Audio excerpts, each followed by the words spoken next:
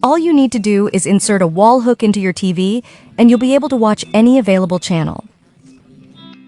This simple trick is something that the manufacturers of wall hooks don't want you to know. To carry out this procedure, you'll need a wall hook. With the help of a knife, you'll make a small hole in the aluminum can. Then, with scissors, you'll cut out the entire bottom surface, since we'll only be using the circular part of the can. It's surprising to think that with a wall hook and an aluminum can, you'll be able to create a last-generation antenna. Pay close attention to ensure that the wall hook and aluminum can are correctly assembled so you can receive channels with this last-generation homemade antenna.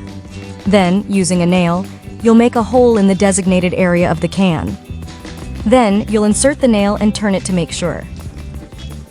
At the end of this step, the result will be something similar to what you see now. Next, you'll place a coaxial connector, ensuring that the smallest part is facing inwards and the largest part is facing outwards, as demonstrated in the previous steps. Then, you'll take a piece of coaxial cable of approximately this size and, using a pair of scissors, you'll cut the first coating and then remove it.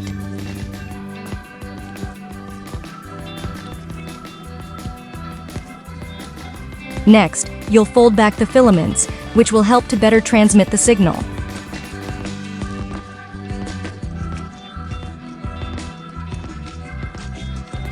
With the scissors, you'll cut the white coating again until the copper of the coaxial cable is exposed. Then, you'll take a coaxial connector and place it at the end of the cable, removing any excess copper with tweezers.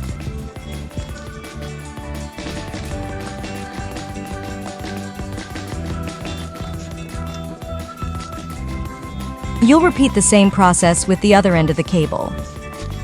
Once you've completed all these steps, you'll connect one of the ends of the cable to the TV and the other end to the wall hook.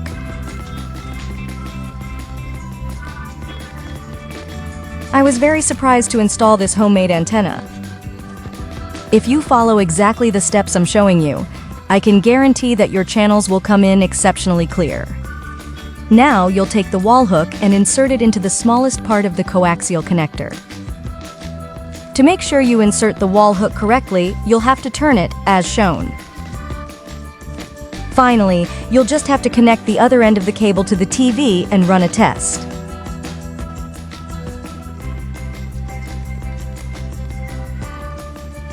As you can see, the channels look impressively sharp.